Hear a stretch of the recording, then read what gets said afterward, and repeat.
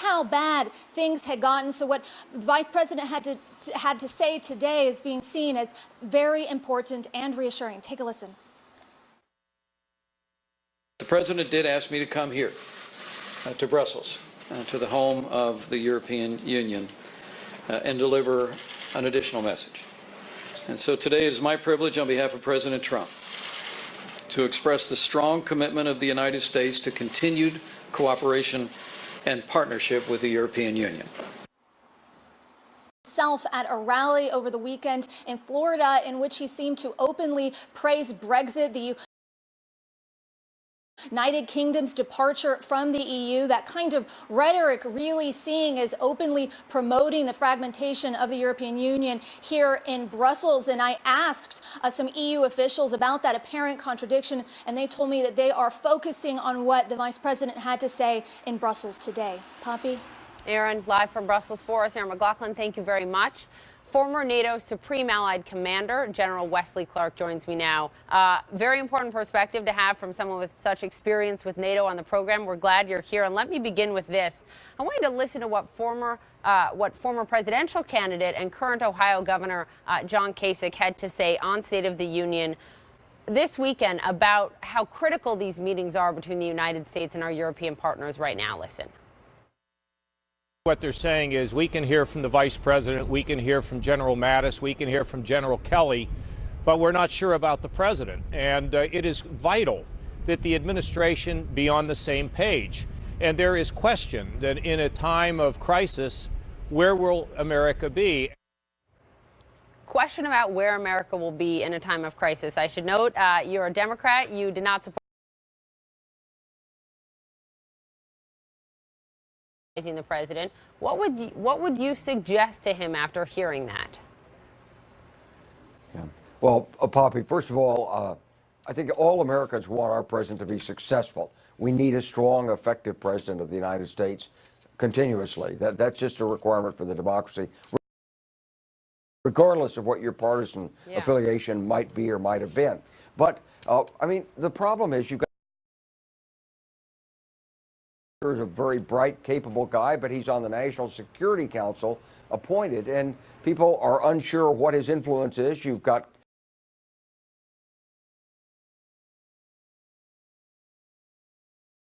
Pence and Secretary Mattis have given in Europe.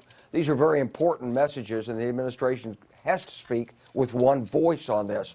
And so what I would urge the president to speak clearly, say the same thing Vice President Pence has said, and bring Vice President Pence into the Russian strategic discussion. There's obviously something going on behind the scenes. There's nothing wrong with the new administration trying to put a different spin. Other new administrations have tried to work with Russia in the past. They haven't been successful. Maybe this administration can be successful, but you still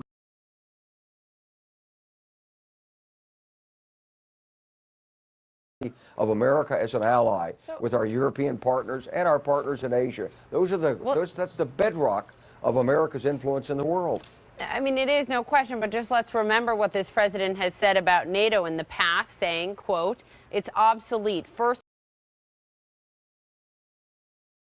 because it was designed many, many years ago. Secondly, countries aren't paying what they should.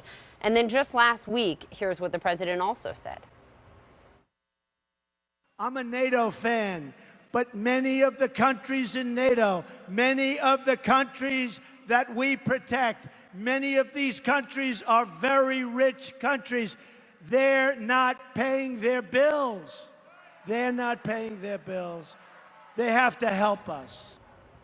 Can he accomplish both goals? Do you think, General, reassure NATO, but at the same time get some of these NATO countries to chip in more? Because the U.S. does carry a large part of the bill, as you know. Absolutely. And in fact, Germany just announced a major increase in its defense expenditures. And Germany has been the principal rich country which hasn't done its part. 2% guideline. Of course, the United States is spending much more than that. We have worldwide responsibilities. We're involved everywhere. These European countries are only involved elsewhere through NATO, but we need them in NATO. So I think the president's right They should be spending more money, and they are heeding this. But we've got to be forthcoming with them. There's got to be an unwavering pledge of support to NATO.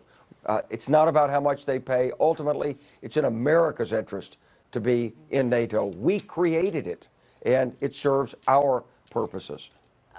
I want to get your take on what we're hearing from Defense Secretary James Mattis this week as he's overseas. He's being asked these questions by reporters trying to, see if he is on the same page as the president. He was asked about the president's comments ripping into the press and if he agreed with them. He sort of had to walk away from those, saying clearly that's not his stance. And then also when he was asked about the president's very controversial remarks on numerous occasions that America should have just seized the oil in Iraq, which, by the way, the United States can't do. That would be against many international treaties. He said this. Let's listen to Mattis's response on oil. All of us in America have generally paid for our gas and oil all along, and I'm sure that we will continue to do so in the future. We're not in Iraq to seize anybody's oil. We're not in Iraq to seize anybody's oil. Is this typical? A defense secretary sort of having to walk away from or rebut what a president has said? No, it's not typical, and I'm very happy that Secretary Mattis has said this. I think the administration has to.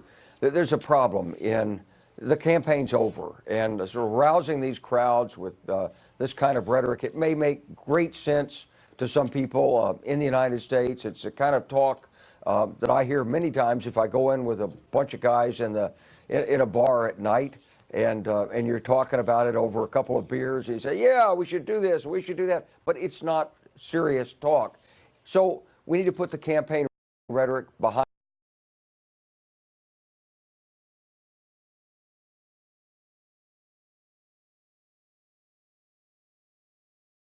Vice President